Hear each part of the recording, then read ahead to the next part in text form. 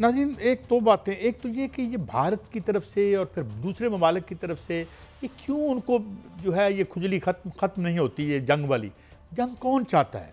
और जंग जो है वो किसके, इंडिया जैसा मुल्क है, पहले भी आप अपनी हालत देख चुके हैं, हमारे बड़े मसाइल हैं, तो ये बार बार क्यों? आज तो अमेरिका की तरफ से कोई ऐसा एक बयान आया, इस पर बात करेंगे।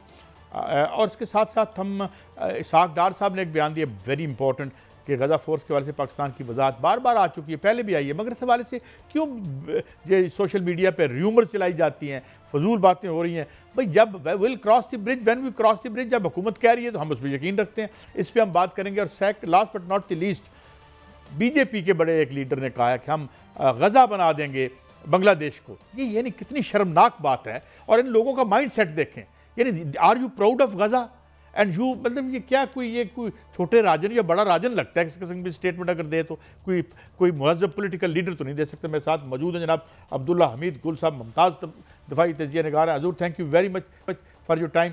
पहले तो हम इसी बात पे आ जाते हैं, सबसे अहम, अब आप जैसे बता रहे थे, आज आपने इस पर कहीं इज़हार ख्याल भी किया है, गज़ा फोर्स के हवाले से फिर वजाहत करनी पड़ रही है। एक दफ़ा वजाहत कर चुके हैं इसहाक डार साहब, तो वाई अगेन? और नेचुरली ये हमारी स्टेटेड पोजीशन है and we stick to it.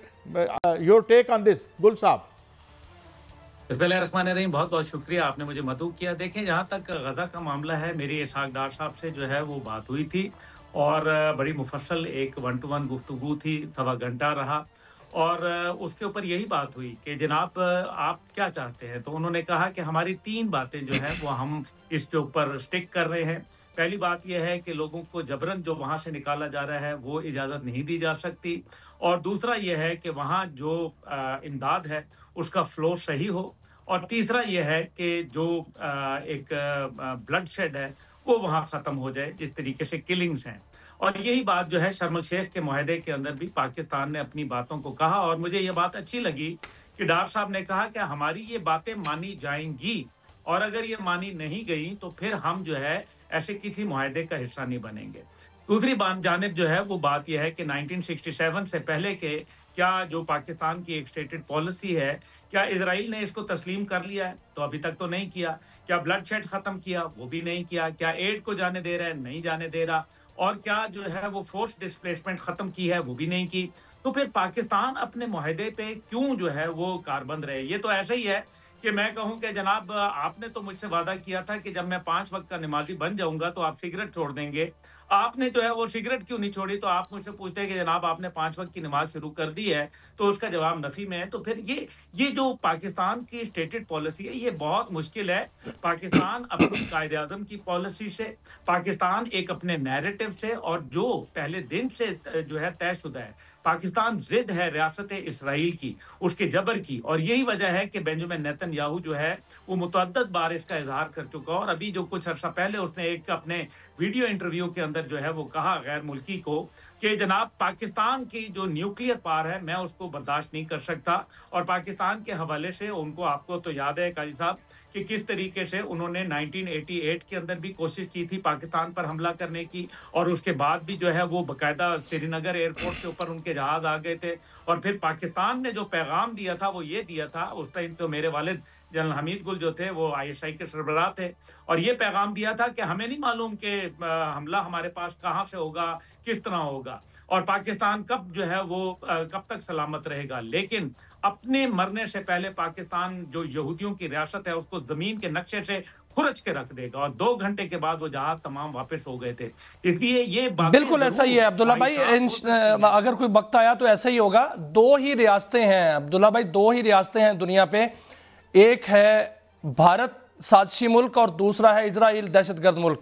अब दहशतगर्द साजिशी मुल्क भारत की बात कर लेते हैं, क्योंकि भारत ने दरियाई चनाब पर पहले जारहियत तो कर रखी है, लेकिन अब उन्होंने दुलहस्ती स्टेज 2 का एक ड्रामा जो है वो रचाने का ऐलान किया है कि एक और जो है वो उसकी एक्सटेंशन बनाई जाएगी। मेरे सामने एक नक्शा पड़ा हुआ है अब्दुल्ला भाई, उसमें दरियाई चनाब पर उन्होंने 23 मुख्तलिफ मुकाम पर गैर कानूनी डैम जो है वो तामीर करने की मनसूबाबंदी कर रखी है, जिसमें बड़े बड़े डैम्स भी हैं, 1000 मेगावाट का डैम भी है, बरसर डैम भी है, जस्पा डैम भी है। क्या हम बनाने देंगे इनको? क्योंकि उन्होंने तो एक तरफा तौर पर गैर कानूनी तौर पर मुअत्तल कर रखा है इंडस वाटर ट्रीटी, जिसकी खिलाफ वर्जी है ये और एक्ट ऑफ वार भी है। जी बिल्कुल, इसमें कोई शक व शुबा नहीं है। देखें, हम बनाने देंगे, हम मेरे ख़्याल में उनको जो है वो इजाज़त किसी सूरत नहीं देंगे। हमने बाकायदा नेशनल सिक्योरिटी काउंसिल की जो मीटिंग हुई, उसके अंदर एक बात वाज़े तौर पर बरमला दो टोक अंदाज़ में कही गई कि जनाब, अगर पाकिस्तान का पानी रोका गया तो ये एक एक्ट ऑफ वॉर होगा और हम उसके लिए हर सतह पर, जंगी सतह पे भी जाने के लिए तैयार हैं। रवायती जंग में हमने मारा, और अगर इससे बढ़कर जरूरत हुई तो पाकिस्तान कभी इनकार नहीं करेगा। याद रखें, पाकिस्तान अपने आप को प्यासा नहीं देख सकता, और ये है ही गैर कानूनी। अभी जो यूनाइटेड नेशन की रिपोर्ट आई है, उसके अंदर भी ये कहा गया है कि भारत जो है वो 5 सवालों का जवाब 60 दिन के अंदर दे, जिसके अंदर एक सवाल ये भी है कि आप जो है आबी रास्ता नहीं रोक सकते और इंडस वाटर ट्रीटी की आप खिलाफ वर्जी कर रहे हैं यकतरफा तौर पर।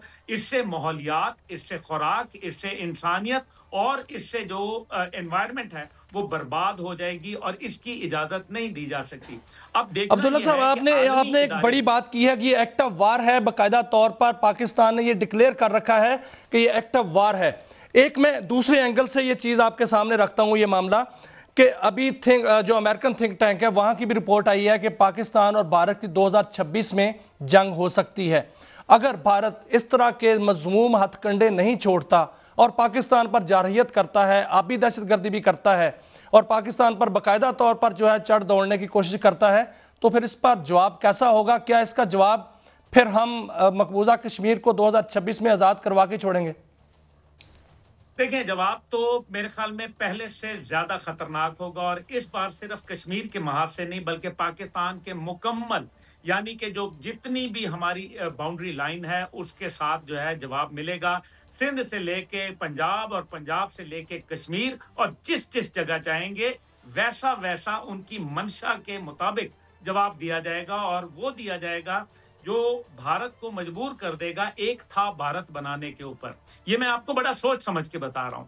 पाकिस्तान का कैलकुलेटेड रिस्पॉन्स है। हमारी जो इस टाइम पे जो एरियल डोमिनेंस है, उसके लिए किंग ऑफ द स्काइज को पाकिस्तान एयरफोर्स का नाम मैं नहीं दे रहा, बल्कि मगरब के जरीदे जो है वो दे रहे हैं।